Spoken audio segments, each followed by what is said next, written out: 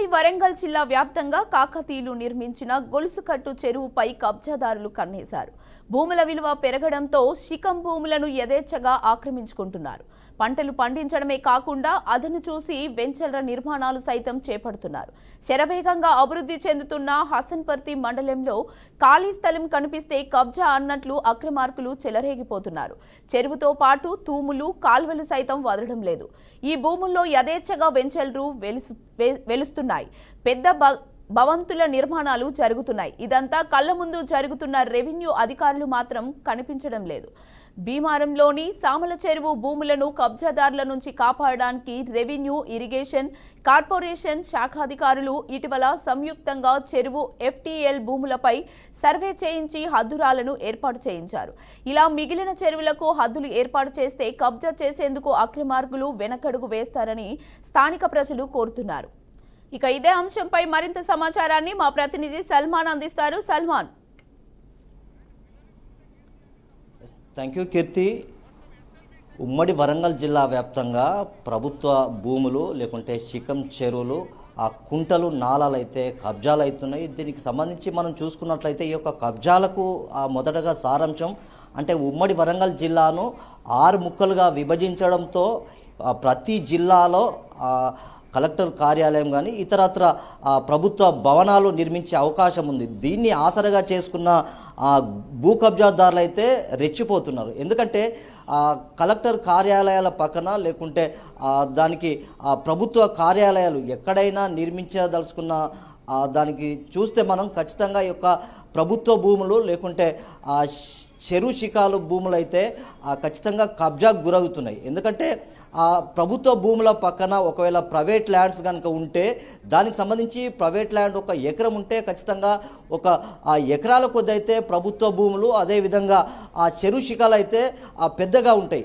మనం చూసుకున్నట్లయితే ఈ యొక్క చెరువులు ఎక్కడ ఉన్నా కాకతీయులు నిర్మించిన చెరువులను అయితే పూర్తిగా ఇప్పుడైతే కబ్జాకు గురైంది. అంటే మనం భీమారంలో చూసుకున్నట్లయితే శ్యామల చెరువు పూర్తిగా 67 ఎకరాలు, ఈ యొక్క శ్యామల చెరువు 67 ఎకరాలు, పూర్తిగా 37 ఎకరాలు అయితే కబ్జాదారులు రియల్ ఎస్టేట్ వ్యాపారులతోటి కుమ్మక్కయ్యి, అదేవిధంగా రెవెన్యూ అధికారులు, అదేవిధంగా దీనికి సంబంధించి ఇరిగేషన్ శాఖ అధికారులు కూడా వారితో కుమ్మక్కయ్యి పూర్తిగా కబ్జాదారులకైతే వారికి సపోర్ట్ చేశారని అయితే ఆరోపణలు అయితే మనకు వినబడుతున్నాయి. మనం చూసుకున్నట్లయితే ఒక శ్యామల చెరువు అది గతంలో చూసుకున్నట్లయితే అది తాగునీటి కోసం రిజర్వాయర్గా ఏర్పాటు చేశారు.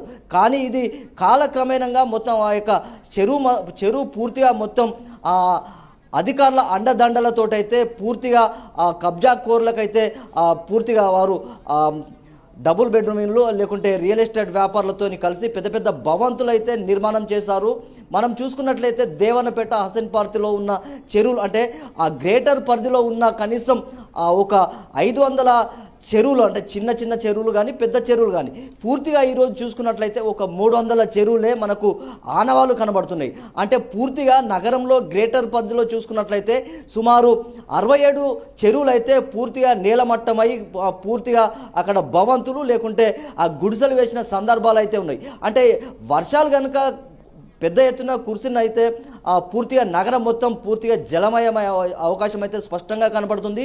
మనం పైడిపల్లి, ముచ్చెర్ల, దేవన్నపేట, అదేవిధంగా కోమటిపల్లి, ఉర్సు, అదేవిధంగా కాజుపేట, హనంకొండ, వరంగల్ అంటే ఈ యొక్క నగరాల్లో పూర్తిగా చెరువులు అయితే కబ్జాలుగా మారిపోయి పెద్ద పెద్ద అపార్ట్మెంట్లు అయితే నిర్మించారు. అంటే గతంలో ఉన్న బీఆర్ఎస్ పార్టీ అధికారంలో ఉన్నప్పుడు దానికి సంబంధించిన ఏ చెరువు శిఖరాలు అయితే కబ్జాలకు గురయ్యో చిన్న పెద్ద బడా లీడర్లు అయితే పూర్తిగా మొత్తం అధికారులకు సహకరించి ఇరిగేషన్ శాఖలతోటి సహకరించి పూర్తిగా అది ప్రభుత్వ భూమి కాకుండా ఇది ప్రైవేట్ ల్యాండ్ అనేది పూర్తిగా దానికైతే వారు కబ్జాదారులకైతే ఇచ్చారు. పూర్తిగా మొత్తం ఈ యొక్క అధికారులతోటి చెరువు శిఖాన్ని మొత్తం పూర్తిగా కబ్జాలు చేసిన ఆనవాళ్ళు అయితే మనం స్పష్టంగా కనబడుతున్నాయి.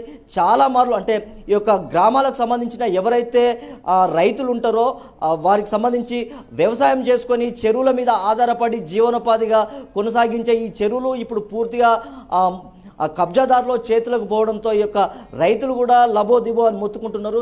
ఇరిగేషన్ శాఖ అధికారులు కూడా ఎస్ఆర్ఎస్పి భూములు కూడా ఖచ్చితంగా కబ్జాకు గురయ్యాయి.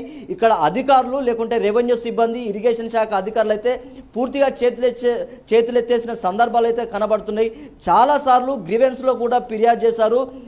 ఏ చెరువు అయితే కబ్జాకు గురైందో ఆ చెరువుకు సంబంధించిన గ్రామస్తులు కానీ రైతులు కానీ పెద్ద ఎత్తున గ్రీవెన్స్కి వచ్చి కలెక్టర్కు ఫిర్యాదు చేశారు. ఫిర్యాదు చేసినా పట్టించుకోవడం లేదని అయితే గ్రామస్తులు ఆందోళన చేశారు. మనం చూసుకున్నట్లయితే నగరంలో ఉన్న చెరువులు పూర్తిగా నేలమెట్ట పూర్తిగా మొత్తం కబ్జాదారుల చేతిలోకి పోవడంతో కొంత ఇబ్బందులు ఎదుర్కొంటున్నారు. తాగునీటి సమస్యకు కానీ లేకుంటే రైతులు పంటలు పండించుకునే సమస్య కానీ పూర్తిగా వారికైతే ఇబ్బందులు ఎదుర్కొంటున్నారు. ఖచ్చితంగా దీని మీద అధికారులు కానీ లేకుంటే కలెక్టర్ కానీ నేరుగా స్పందించి రైతులకు లేకుంటే గ్రామస్తులకైతే పూర్తిగా సహకరిస్తే ఈ యొక్క రైతులు కూడా కొంత ఆనందం వ్యక్తం చేస్తారు. లేదంటే పెద్ద ఎత్తున కలెక్టరేట్ ముట్టడికైతే శ్రీకారం చుట్టేందుకైతే ఉన్నారు. ఖచ్చితంగా ఈ యొక్క కబ్జాదారులు ఎవరైతే ఉన్నారో వారి మీద కఠిన చర్యలు తీసుకోవాలి. వారి వద్ద నుండి అయితే రికవరీ చేసి ఖచ్చితంగా దానికి సంబంధించిన భూములను రికవర్ చేసుకొని దీనికి సంబంధించి అధికారులను వారి మీద చర్యలు తీసుకునే విధంగా అయితే చేపట్టాలని అయితే రైతులైతే ఆరోపిస్తున్నారు. సల్మాన్, అధికారులు కానీ కలెక్టర్ కానీ ఎందుకు చూసి చూడనట్టు ఎందుకు వదిలేస్తున్నారంటారు?